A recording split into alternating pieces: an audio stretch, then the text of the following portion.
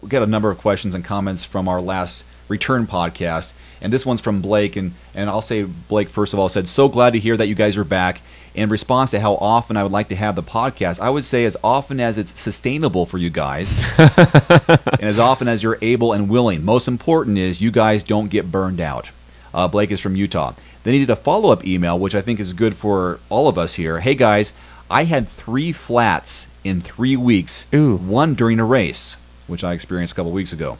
Considering that my total distance for all 3 of those rides is less than 100 miles, I can't imagine this being normal. Do I need new tires? What thickness of tubes should I be buying? Any tips would be appreciated. Again, thank you, Blake. Wow, sometimes it's just unlucky, you know, and I can ride all season, not get a single flat, majority of the season, and all of a sudden in 1 week I'll get 3 flats. And nothing, I mean, I don't want to say the tires were worn or anything like that. It's just like, wow, you know, it's just like your time comes.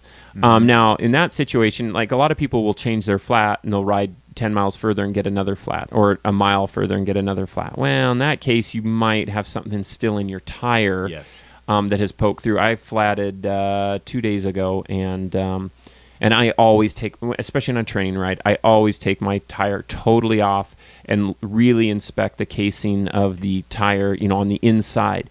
And I run my finger along it, which is kind of a bummer if there's glass, because then you get a little cut on your finger. But, you know, I kind of feel along and see if I can't see it on the outside. Well, this time I looked around, I inspected the outside of the tire that comes in contact with the ground, and I didn't see anything at all, but I thought something gave me a flat. So I looked on the inside, and again, nothing, and I was just kind of feeling, all of a sudden I felt a little kind of like little nick, and I looked, and sure enough, it was a piece of glass that had lodged itself between, you know, the outside of the tire and the inside of the tire, and it slowly worked its way into the tube, and I had a super slow leak, like to the point where I could see, I knew it was going flat, but I rode another mile to get to a point where in the shade, by the way, that I wanted to change the tire.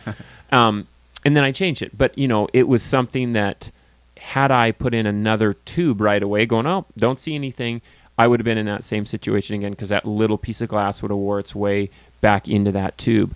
In terms of tubes, I think your best defense to flats is the casing of your tire, of having a nice tire that's, you know, basically a training grade for your training and racing. You know, most of your higher end tires have a level of puncture resistance that should get you through a race. Now, you know, you come across, you know, glass or tacks or, you know, kind of construction staples. There's really no tire that can prevent that, or a sidewall puncture. There's just nothing you can do. It's just out there. Bad luck. What I tend to do in races is, I know we need to ride to the right-hand side, but normally I won't ride on the white line unless it's really clean.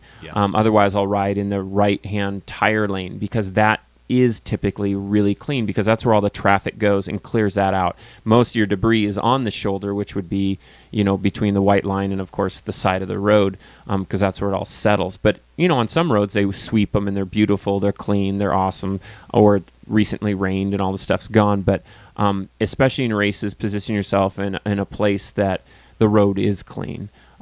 Even if you're riding the tangents and you're cutting corners, just you run the risk of riding deep on the shoulder that there's also going to be a lot of debris. But people often worry about sand or like gravel, you know, or just little rocks. It's like, oh, you know, a dirt road. Oh, I'm going to get a flat. It's like, yeah, you rarely get flats because of rocks. You get flats because of glass, thorns, things that are poking through, that are kind of razor sharp at the tip, that puncture.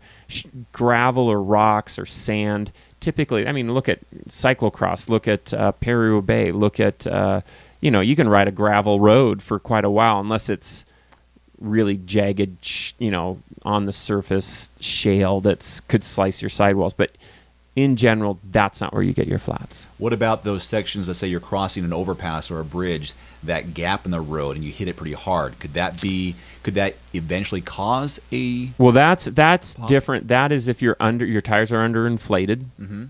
That's called just basically a pinch flat, which... Oh, underinflated would cause that. Oh, underinflated will cause a flat probably quicker than overinflated. And again, I run my tires at 100 pounds when I'm training. 120 when I'm racing. That's just generally what I run.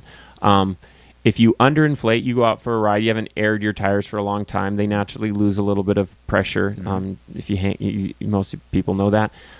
If you're riding and you weigh, say, 180 pounds and you're riding a tire that's, say, at 60 psi, and you come across a transition strip on a bridge, or even you hit a pothole a little hard, the tire compresses into the rim, and you might not even feel it, but it compresses, and then your tube is in there, and that pinches the tire to the tube to the rim, and puts two little nicks, and they call them a little snake bite, which means you have a, you hit something so hard that it compressed it, and your rim actually caused the flat because it cut the tube.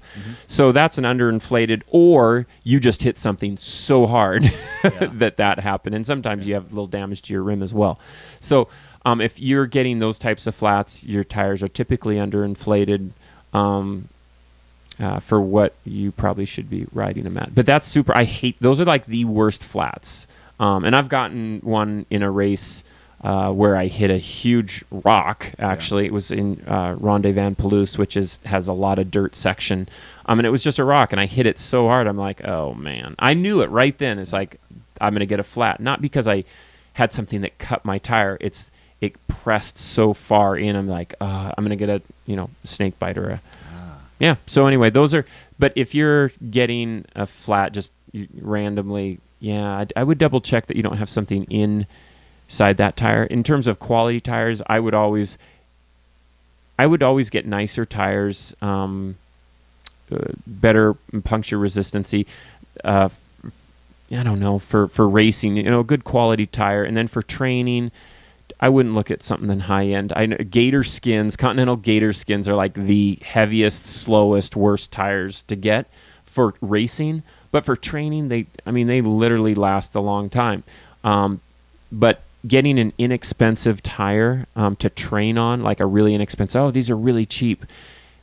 Typically, you're going to end up paying a lot in CO2 cartridges if you use them, and new tubes. And new tubes are $4 and $5 a shot. Or if you get the long stems like I have, $10. Yeah, well, they can cost more. Yeah, and so all of a sudden now that that great deal on that tire, and you're getting 3 flats, that's 3 tubes if you're replacing the tubes. I'm not a big patch guy. I just tell us a little trick of the trade when it comes to fixing a flat when you have maybe you're out of no more tubes. What's that little? You use a wrapper like a that's for a sidewall. Okay.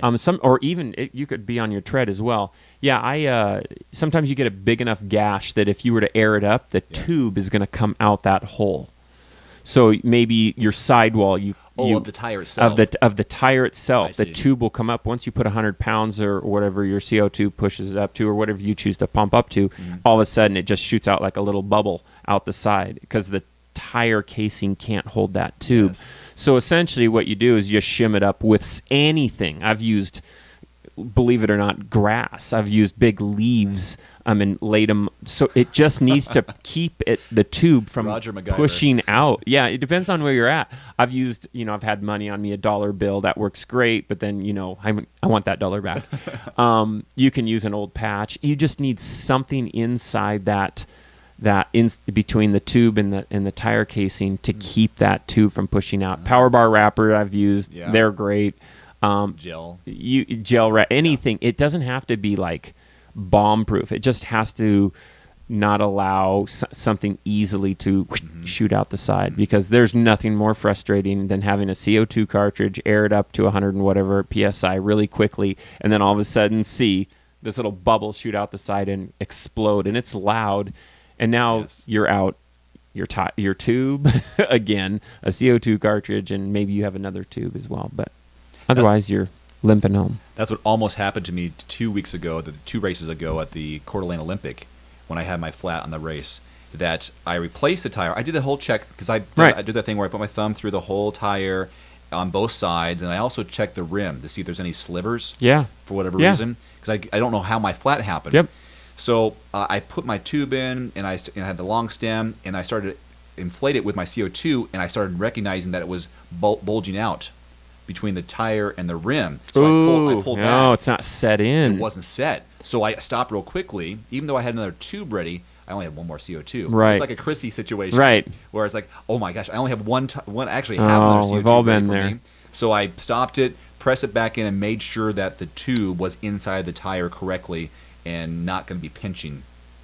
Took me a few extra minutes, but it's like, okay, I can't take a chance. Right. If I use this next CO2, I'm done. Right.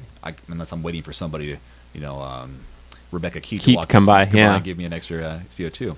So yeah, there's a lot of things you can do to check to make sure that you're safe. Well, I think ride. what you're saying though, I mean, you could have taken out the object that caused the flat. You got the tube in. You're ready to roll. Your tire is clean. Mm-hmm. But what you're saying is you've put that tube in, and there's some tricks around that, blowing a little bit. I think Lance Armstrong shows on the thing, he blows into the tube to get it some shape, give it some structure, mm-hmm. and that allows it to set up in your tire mm-hmm. A little better to keep it away from the rim. But what you're talking about is you had a fairly low pressured tube in there, and it got between the bead of the. And I'll tell you what, that happens all the time. I go around my entire wheel on both sides when I do that, because squeeze it, kind of squeeze. Yep, it, and sure work it in. Inside. Yep, and you can tell. Just pinch it, look all the way around, and it's just an extra 15 seconds to do that. Mm-hmm.